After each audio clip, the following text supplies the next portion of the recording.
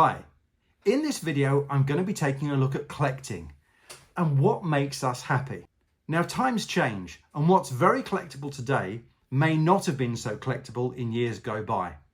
And I wanted to use two examples of things that mean a lot to me in my life that I've collected many years ago. If you like this video, please do give us a thumbs up. Now many of you may have seen that Mark Knopfler of Dire Straits sold some key guitars in his collection. Now Mark Knopfler, as we know, is a watch fan, but also he has a great guitar collection, which of course has been made very famous by his performances both solo and as Dire Straits. Now the collection sold at Christie's and I believe reached over £11 million, way in excess of the guide prices, but I'm not really surprised. But I have a unique link with Dire Straits, not just in being a fan, but also in where Dire Straits were founded and how it impacted my life.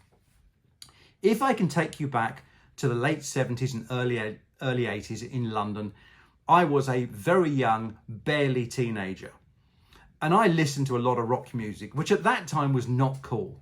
You'll have to remember that late 70s was largely dominated by disco or punk or the fast coming new wave of synthesizers.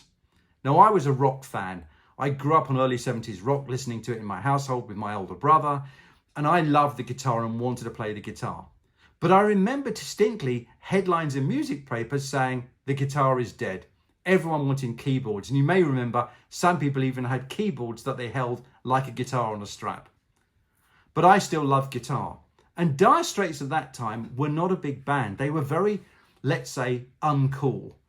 I remember that I would not tell anyone I was a Dire Straits fan at school. It was barely played on the radio. And in fact, I heard one of the first albums on pirate radio in my house in East London, where you had to leave the request in a local phone box and they would play your request after picking up the notes from the local phone box.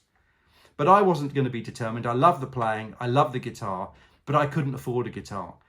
So much to my parents' chagrin, I decided to make my own guitar.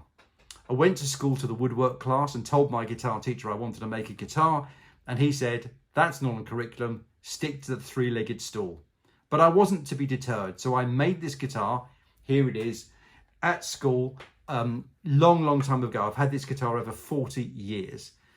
And I made this guitar and I couldn't really afford to put all the key components on it, the electronics and everything like that. So what I did was got on the train on a Saturday and on a Sunday sometimes, and I worked for guitar parts. I went to Andy's in Denmark Street, which I think is now Hank's, but it was famous for old vintage guitars and repairs. That's where I painted the body. I in fact got the wood from Andy's. And then I worked at a place called Chandler Guitars in Kew, not for money, but for all the electronics, the pickups, those bits here. And that's what Mark Knopfler just sold on his Schecter guitar. These are Schecter pickups for I think between 200,000 for one model and 400,000 for the other. Now I'm not at all saying this is like Mark Knopfler's guitar, but it's certainly from the same store and the same era.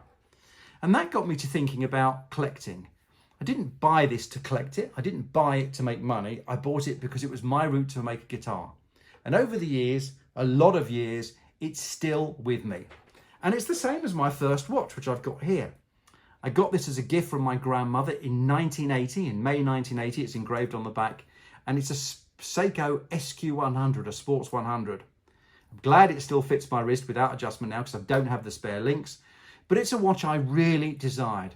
This watch, I don't think it was expensive then, but to me it seemed a lot of money. I had to wait months for it, and I wanted to watch a 100-meter water-resistant watch, which was not easy to find there, that I could not take off my wrist on any adventure. And here it is on my wrist 40 years later. And it's the lot of these things which are unique to me, which gave me joy, that I really gave me the impetus to do this video. I think it's really important that we buy things, not because other people tell us they're good, but because we love them, because they give us joy. And it's lessons in life and the experiences we have with them. This watch has been with me probably through my leaving of school, my first jobs, my first girlfriend, my now wife, Danielle, and it's stuck on my wrist and I've never got rid of it, the same as the guitar. Another important lesson was my woodwork teacher did say, don't make the guitar, make the three-legged stool. And at the school prize day, my only option was to win a prize in woodwork, and the stool won. So I suppose he was right. But I also suppose that the three-legged stool is nowhere to be found 40 years later, and here is my guitar. So this video may not be associated with watches, but it's associated with us. And I think what's important about watches is it's the people that wear them that make the difference.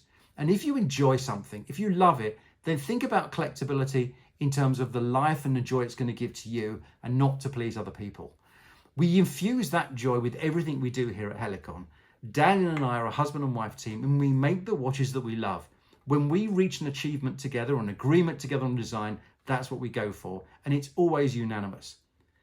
I hope you've enjoyed this video, this step back in memory lane, this really of me sharing some important items from my personal life. And I hope you'll subscribe to the channel and follow adventures and follow us at Helicon Watches. Thanks for watching.